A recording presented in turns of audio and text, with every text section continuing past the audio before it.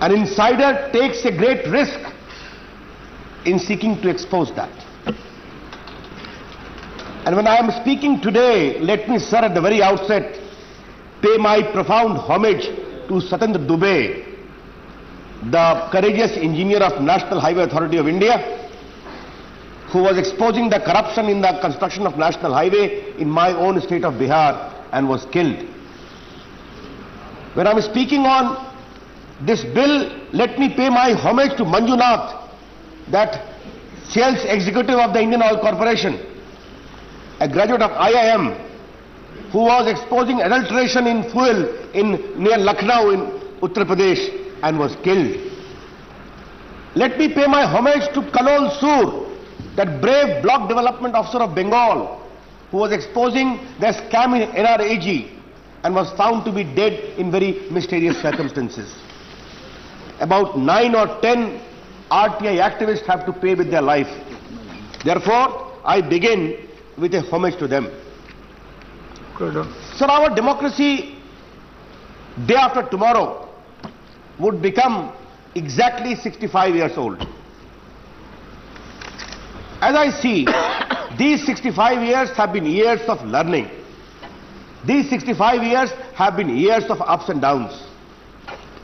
And if I very briefly reflect upon the growth of our democratic process, there was a one-party rule.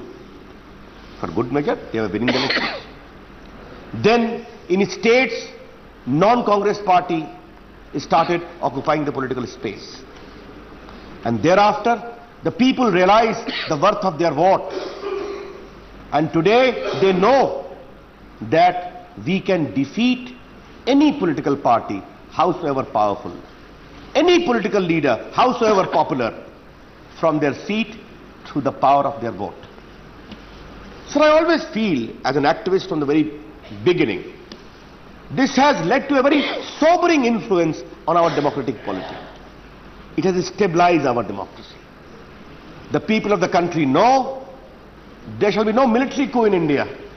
The people of the country know, in view of the very, I would say, extraordinary experience of 70s, no leader, howsoever popular, would seek to impose emergency in the country, impose press censorship, address people without trial in a very brazen way.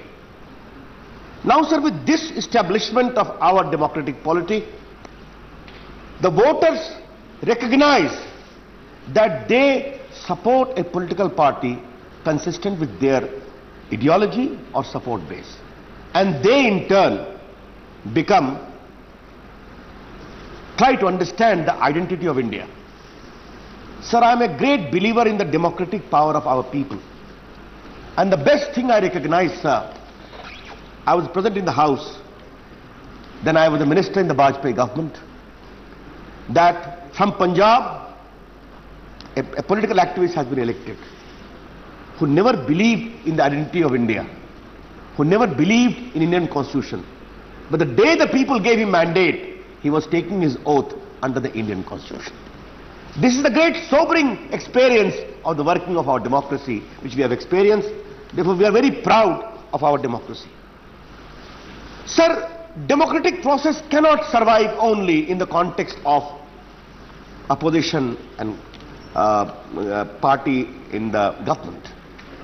Democracy means political process. Democratic means non-political process. And all those processes, in one way or the other, strengthen the cause of democracy. I remember when the public interest litigation came about, sir, there was a lot of doubt as to what is happening and why it is happening.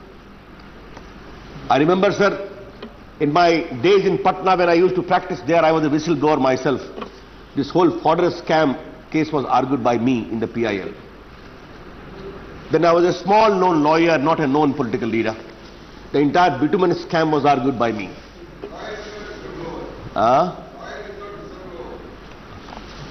All right, I stand corrected. Will you allow me to argue, please? Speak.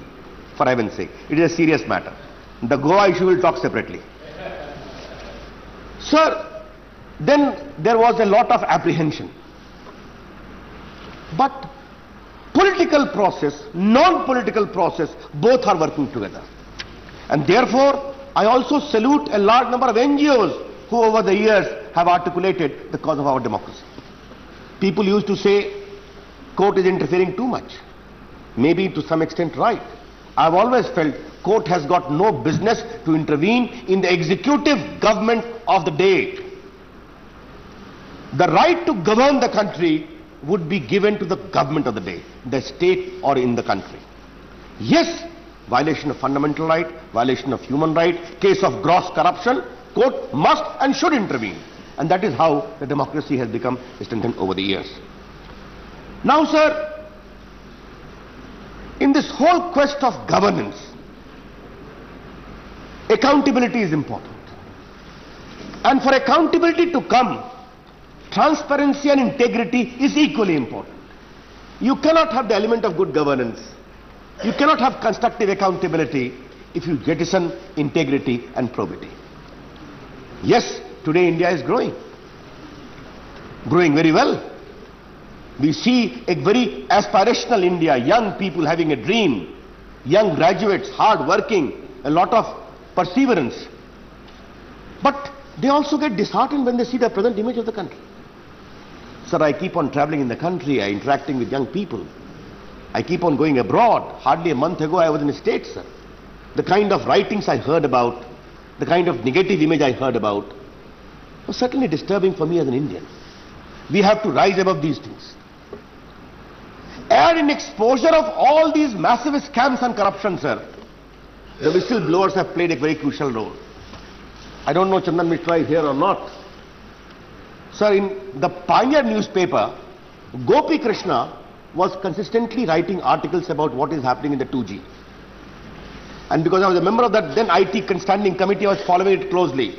We tried to do our best, but could not succeed. That is a separate chapter altogether. I will discuss with you in the chamber as to what happened and why it happened. But he kept on writing. He was threatened.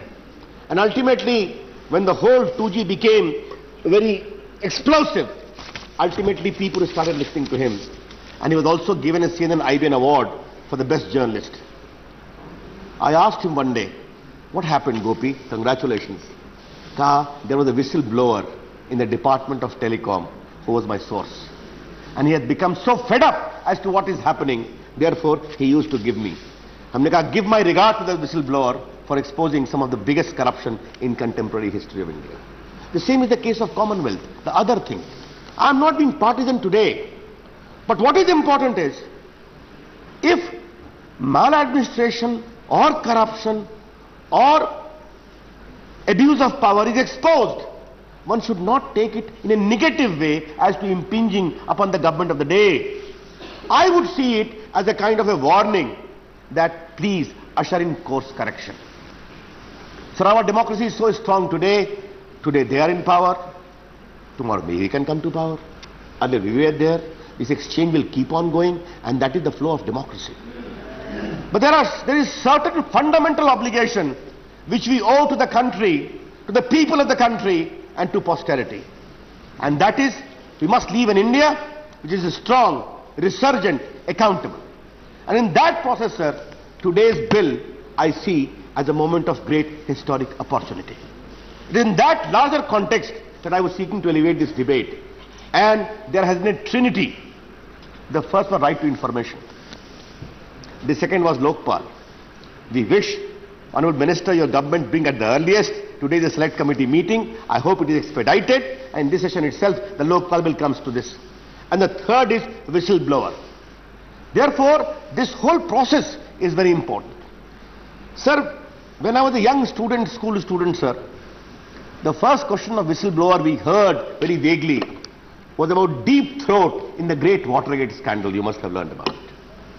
There was a story and a story, and finally the very arrogant imperial US President Nixon had to bow down from office. But it is truly amazing, sir, after 32 years, that great journalist or insider his name was known, sir. His name was William Mark Felt. After full 32 years, he was the deep throat and the whistleblower who led to the exposure of the Watergate.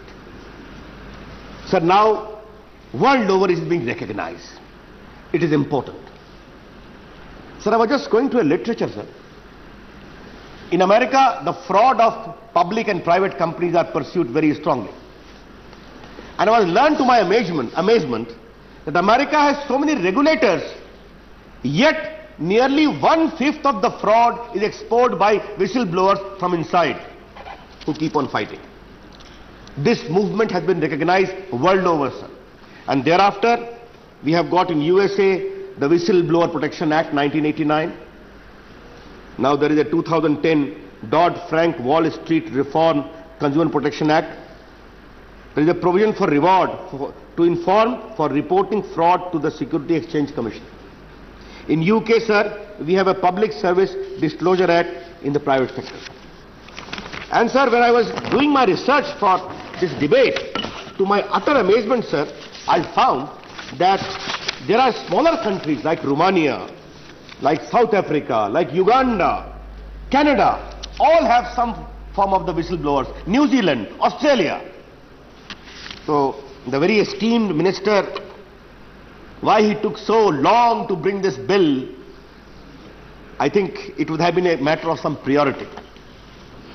And sir, one thing I would say with profound respect to the Honourable Minister, who is a good friend of mine, on a matter of moment like this, allow the House to have a proper debate. I have no grievance, it is a right to bring in a bill and get it passed. But the manner in which it was passed in the other House, I am not making any comment, leaves much to be desired. Because this bill we are passing today, not for your government or my government. This bill we are passing today for India, for the strengthening of India. Therefore, all the people, all the honourable members present here need to share their views so that all the shortcomings may be taken care of, and if need there, it should be addressed. Sir, I was going to the 2009 report of Transparency International, sir. India's position is 89. What is the contemporary position? I would like to be enlightened by you, Honourable Minister. I am sure post 2009, in the light of what India has experienced, the number would have gone down. 109. Thank you, Tapan Babu. Therefore, our position has gone again much down. I think it is very important that we must understand that a corrupt government, a corrupt governance saps the morale of the people. I am not making a partisan statement today. I know India is a fine country. Sir, I am a chronic optimist. I have not the slightest doubt that India in our lifetime will become one of the biggest powers of the world. Not only economic, not only military, but also spiritual. That is my confirmed belief. And when I see this great promise of the young people who have an idea of a great India, and the kind of pessimism which creeps in because of simmering corruption, I see how do we respond. That is indeed very important. And therefore, if today we are seeking to give some kind of statutory cover to a whistleblower, it is a step in the right direction for strengthening of the accountability process of India. Sir, I was just going to the Satyam Computer great scam.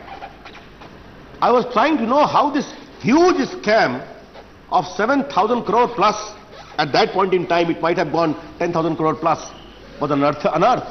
And I learned to my great dismay and also assurance that it was an insider job.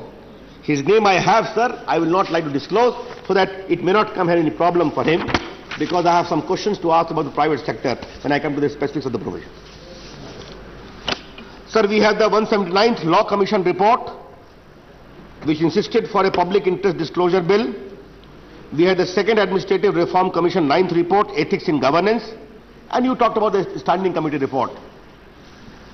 I have to ask certain questions, I will come separately about that. But let me go to certain very fundamental issues. An Honourable Minister, I have tried to find the answer. Correct me if I am wrong. Does this bill apply to a public disclosure in the private sector, or does it not? I want a very categorical answer. I see section 19, then there is a provision for punishment to executives of private companies. But when I see section 4, as far as the obligation to disclosure is concerned, then I don't see this being there, private sector being there. Because there is a case of registered cooperative society, there is a case of a government company, there is a case of minister, departments, MPs, MLAs, all these are there. University, vice chancellors. But does a non-government public or private company come within the ambit of disclosure is a little ambiguous. I would like to have a clarity of that. The second is the CVC is the competent authority. Sir, I have the highest regard, Honorable Deputy Chairman, sir, for the office of the Chief Vigilance Commissioner. But what is the authority of the CVC? At best, it is recommendatory. What happened to Mr. Thomas, we all know. What kind of comment Supreme Court had to offer, we need not go into that, that is past is history. But when you discuss a bill of such seminal importance, you cannot completely ignore as to what has happened in the past. Now the authority of CVC is indeed very important. The CVC should not be merely a recommendatory body. What kind of rights we have given additionally to the CVC apart from giving direction in the case a particular whistleblower is being victimized?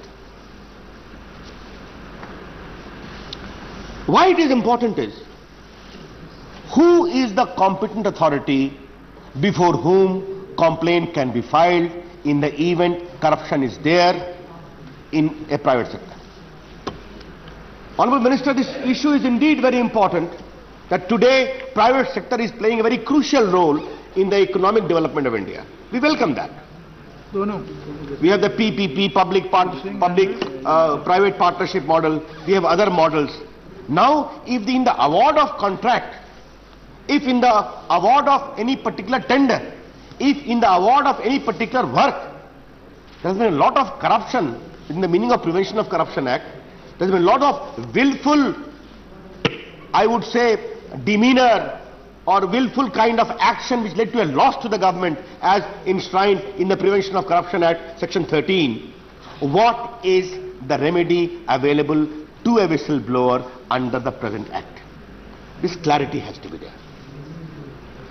Sir, now we are believing in open government. Yes, there is a conventional view that RTI is creating problem in administration, whistleblower will create problem in administration, Lokpal will create problem in administration.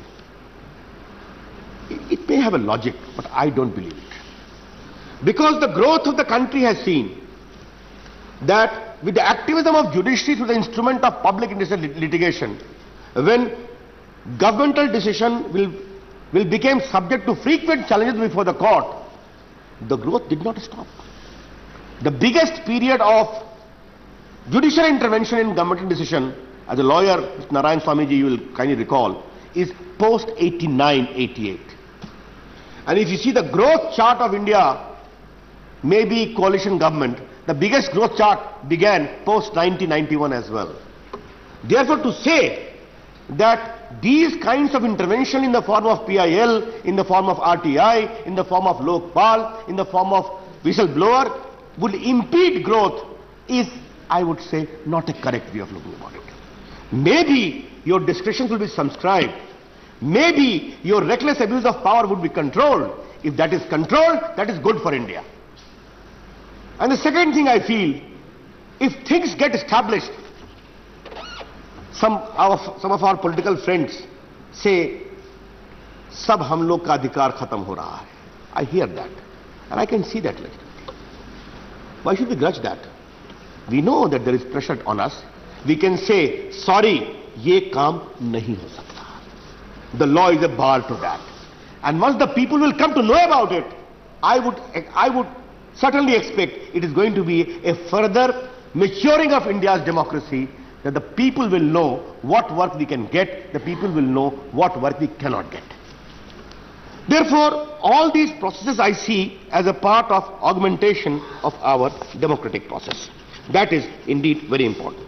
Therefore, Honourable Minister, this private sector is a very important issue which I would like to know from you, because we have a whole range of corruption in many of the private sector, not only in their dealings between companies per se, but also in between the dealings between them and the government. You must have seen in the whole 2G coal block allocation, there were private sector interacting with the government. There were people beneficiary of hurried license given in a manner buried by the Supreme Court. But ultimately we saw as to how they make quick money. Tapan Babu, I am opposed to Marxism. But at least one phrase I have learned to admire: crony capitalism. And what India witnessed was crony capitalism. We all are supportive of our enterprise, of our people, of companies, of private sector, of entrepreneurs. But those who want to toil and rise in the country through fair means should not be put behind by means foul to the instrument of crony capitalism. That is the real irony of India, and that is the real agony of India. And I would believe, so we can agree on some issue, no problem. Therefore, these instruments of RTI or the whistleblower or the Lokpal or the Amendment Prevention of Corruption Act are instruments which in that way strengthen the whole process. Certain specific questions more on the law itself. You have section 4, you have section 8. Now, I only trust you are coming with some amendment, because in section 4, anything can be disclosed. We are all for a very strong whistleblower bill, act. We don't want it to be diluted.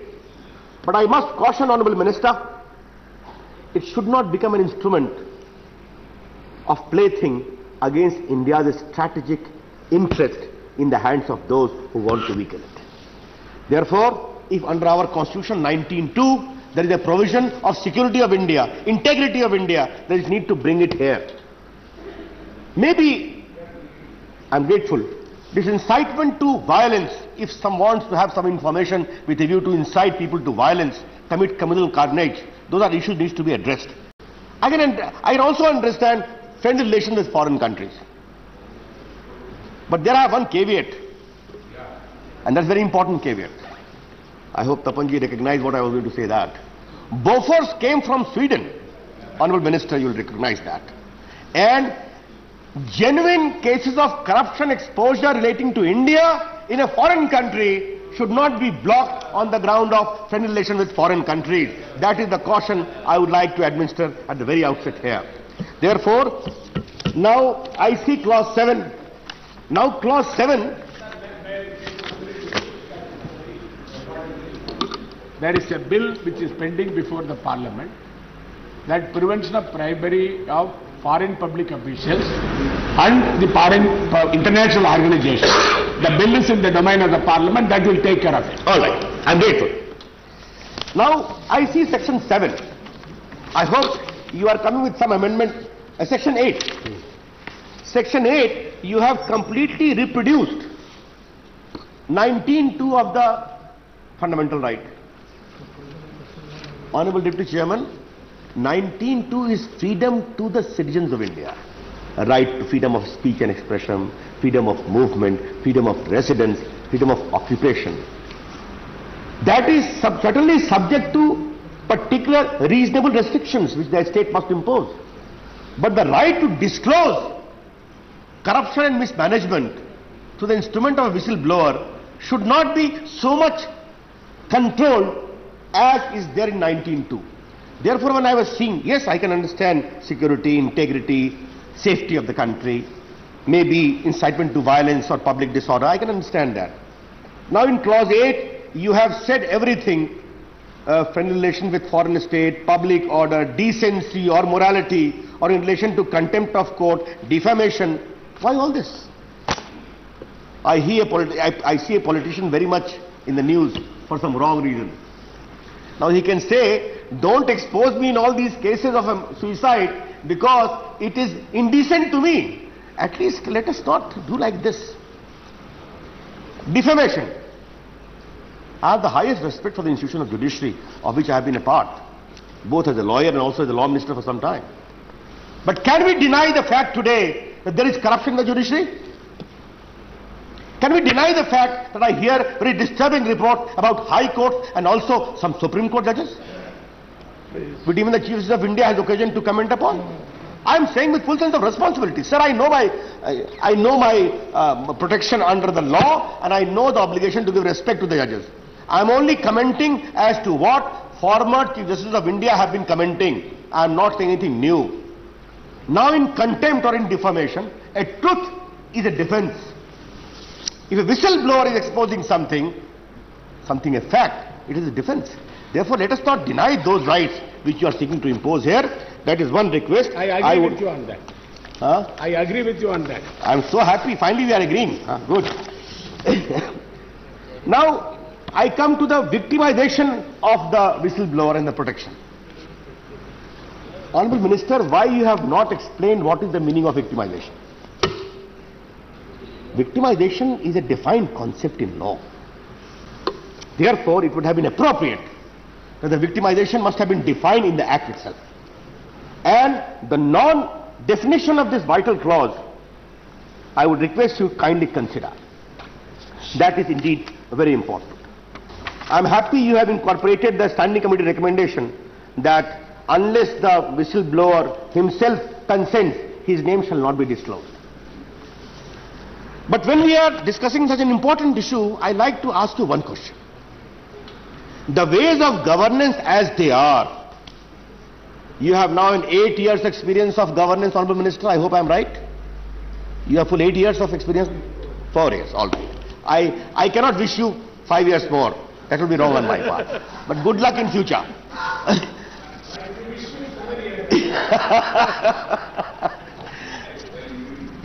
Now, come on, let's be honest about ourselves.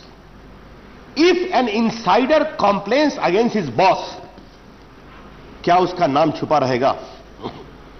I would like you to know from you very honestly. The way of governance as we are, you will send the complaint to the person concerned. His boss is a boss. Ultimately, his name would be known. Now, this whole law I was going through, you have given certain protections. But this hidden hand of the process of our bureaucracy would impel the process to reveal the name of the complainant. There is no safeguard against that. How can we address that? That is an issue. I was just reading a write-up, sir, on one Abhijit Ghosh.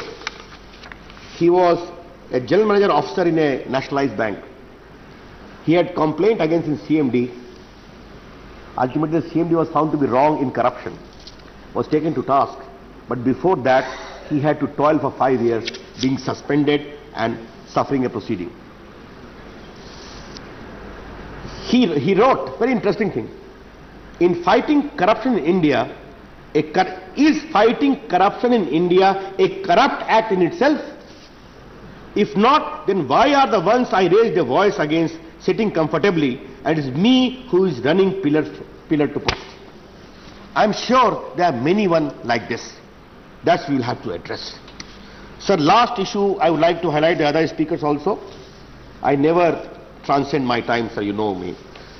Certain procedural issue. I think this is a question of not giving enough attention to the details. And I would like you to reflect with me.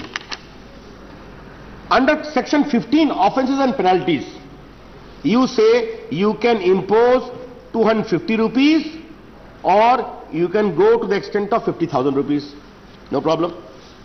In section 16, you say if any person who negligently or mala fide reveals the identity of complainant, he can be punished up to 3 years. Now, again the fine of 30,000 rupees. Now section 19, section 20 is the appellate forum. Appeal to the High Court.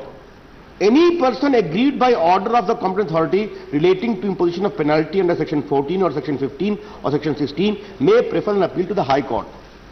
Honourable Minister, you have been an experienced lawyer yourself.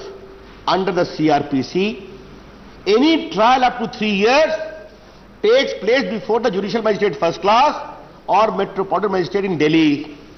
An appeal lies to Additional District Judge and then further appeal to the High Court.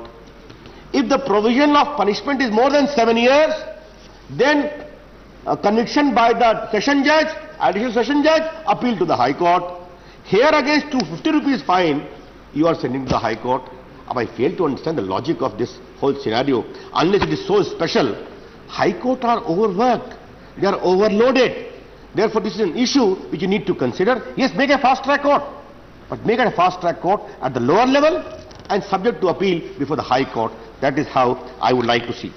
Sir, these are some of my concerns which I thought I must flag to the Honourable Minister, sir, while speaking on the bill. 2-3 quick points more. Why the benefit to a third party does not get covered in the scope of the bill? You have, if an officer is responsible, a company, an executive is responsible, you will recommend action against him. But what happens of this windfall gains of the 2G recipients overnight? Why they are not covered within the mandate of this bill? Second issue is, I can understand army has been kept away. We all have the highest regard for armed forces, for the exemplary work they do to keep India secure, sacrifice their life. But can we wish away from the fact that of late in the armed forces also a lot of irregularities are reported? We see even lieutenant general officers are subject to court-martial. Yesterday on a prime channel we saw what is happening in DRDO. Because of the respect we have for these institutions, we don't raise it. But if things go for a long time in this manner, surely there are issues to be raised. Therefore, are you contemplating to have a separate arrangement for armed forces or the like? I would like to know from you, where some bona fide officers who have got the courage, within limitations, should be given the protection. You have counted anonymous complaint completely out. I can see that. Being a minister of personnel, you all know that when a promotion is due, a lot of anonymous complaint comes. Therefore, you rightly ignore anonymous complaint. But when the issue concerns corruption, when the issue concerns maladministration, when the issue concerns abuse of power, when the issue concerns corrupt elements impeding the growth of India, keep a window for anonymous complaints as well, not in the firm manner as you have for a known complaint. So that if a complaint is there, at least there must be an obligation to have a preliminary inquiry about the nature of allegations made if the offences are made out. Subject to the, because the whistleblower only initiates the process. Rest is for the government to consider being accountable to the people and the parliament. So with these words, sir, I support the bill. I am sure Honourable Minister would address the concerns which I have flagged. Grateful, sir. Thank you, Sri Ravi Shankar Prasad. Thank you.